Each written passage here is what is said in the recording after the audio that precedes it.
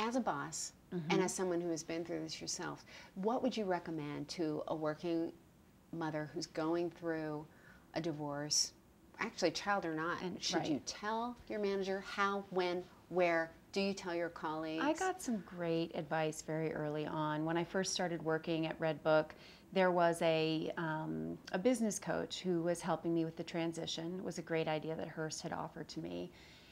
And when I told her what was happening, I said, you know, this magazine's about marriage and married life, and my husband's leaving me, and don't I have to tell people? I mean, they didn't get what they paid for.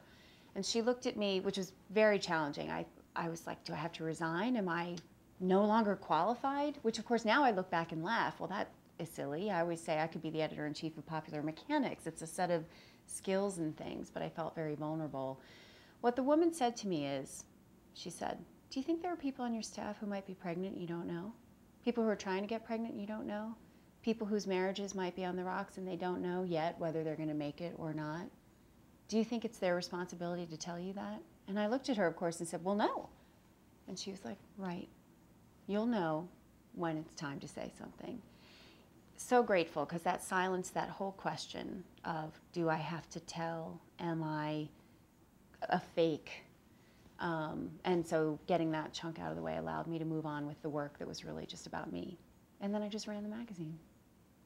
You know, that takes, I think, an incredible amount of courage. And there's a great member of the blogger community named Love Babs who wrote in saying, you know, you have to be your own safe harbor when you get divorced. You have to be your own compass. And at the beginning of your book, you talk about how you thought that you deserved a nice, happy life, and you were kind of worried that this was some kind of crazy karma rebate, but at the end you came back and said, you know, I had to get away from magical thinking. Yes, exactly. What is magical thinking, and what do you mean? I think that, you know, I had had big ideas and plans and dreams my whole life. I wanted to be a magazine editor since I was 7. I've always worked really, really hard. I graduated college with 26 extra credits, 1 credit shy of a whole extra year. Like, oh my gosh. It's insane. But that's sort of how I always lived it, was I have to give it my all to get safe. Give it my all to get safe. And what I actually had to realize is that there's no get safe. There's no home base. There's no place where you're like, whew, well, that was a fun ride. Now I can coast the next 20 years.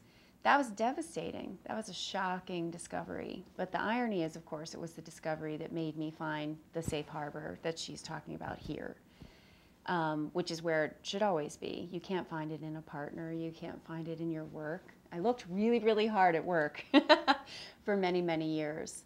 And knowing that actually you can't be safe is the most freeing thought of all. Because if I'm not in charge, if the magical thinking isn't true, if it isn't all down to my intent, my will, what I pay to the karma bank, did I tip at Starbucks, you know, and it just is, well, then I can get on with just ising. I can just live my life.